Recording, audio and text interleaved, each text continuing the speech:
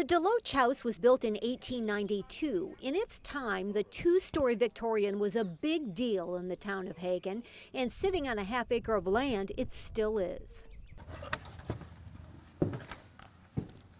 Well, I noticed right away beautiful wood floors. Yep.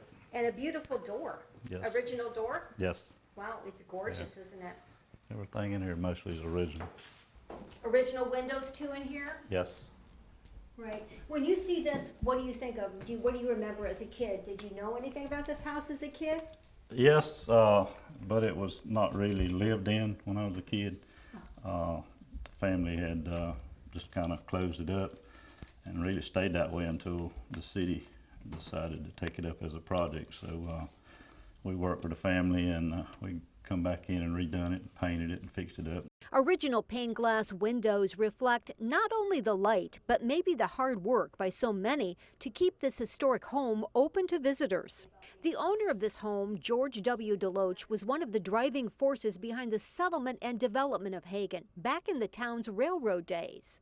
And Hagan Mayor Vernon Owen says maintaining this historic site is not only important for the sake of preserving the past, but continuing to define Hagan as its own community. It's because of our identity. We wanted to keep our identity. Hagan, with less than 1,000 residents, still has its own city government, something townspeople want to keep. We're proud of Hagan, very proud of Hagan, and we want it to continue to grow and focus on some of our past and some of the future. Preserving identity is much the same story in nearby Daisy, the smallest town in Evans County and one of the smallest still left in America. Recently, Daisy, with about 100 residents, fought to keep its post office. In nearby Belleville, keeping the post office is something many here understand, saying if you lose your zip code, you begin to lose your town. It's a small town, less than 200 people, and it's all for one and one for all. Darren McCoy, who is a judge in Evans County, is a lifelong resident of Belleville, and he wouldn't have it any other way.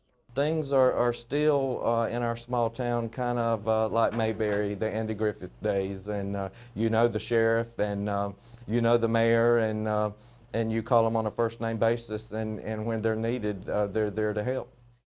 So whatever their zip code, those who live in these towns and who work to keep them alive say they do want future growth, but they don't want to lose who they are. You know, it's just home, and everything we have around here, we identify with it.